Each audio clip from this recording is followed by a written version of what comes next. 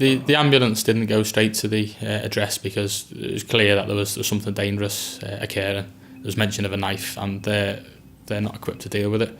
First thing I saw was a female standing over a bloke who was like keeled over on the pavement. Yeah, this woman was screaming. She was hysterical. She was screaming that loud. Couldn't make out what she was saying. But she was something along the lines of "Please help him, please help him." He's been on the driver's side of the road as such, so I've jumped out and been right next to this fella, and straight away I could see the blood on the pavement. It was clear he wasn't in good shape. I crouched down and got next to the fella. He had a cut on his face, quite a lot of blood coming from it, but he also had his top off. And what bothered me straight away, I saw a couple of puncture wounds in his chest and a big one in his back, and it was clear then that he had been stabbed a couple of times.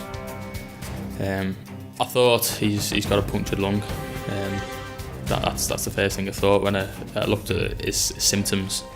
The fact he had 3 or 4 holes in him, it was assessing which one was the worst and the priority really. So I ran to my car to get my first aid kit, which is the standard police first aid kit. It's nothing magical in it, it's just the basics. Hoping there'd be some type of chest seal in there, but there wasn't. So I grabbed a plastic bag out the boot of my car, which is something I wouldn't say encouraged, but something you're told you can use as an alternate to a chest seal if needs be. And you place it over an injury and you hold it on 3 sides and you leave one side of the seal open as such. Held this bag over it and waited for the ambulance to turn. You put them straight onto a stretcher and straight into the back of an ambulance. As soon as they'd taken over, I've gone round the corner and I saw Nathan with what turned out to be the suspect. There was other people there, but you could see that he was the aggressive one, and I was sort of trying to speak to him and he was just going off his head shouting, "Don't come near me" and all that. So knew it was him, pretty confident it was him, knew I had to get hold of him because he was like a madman really. Just sort of tell he was off his head, bladdered. It was sort of he's coming towards me. The only way I could stop him really was by punching him, and I just had to punch him, so let's get a bit of space between me and him and sort of try and stun him.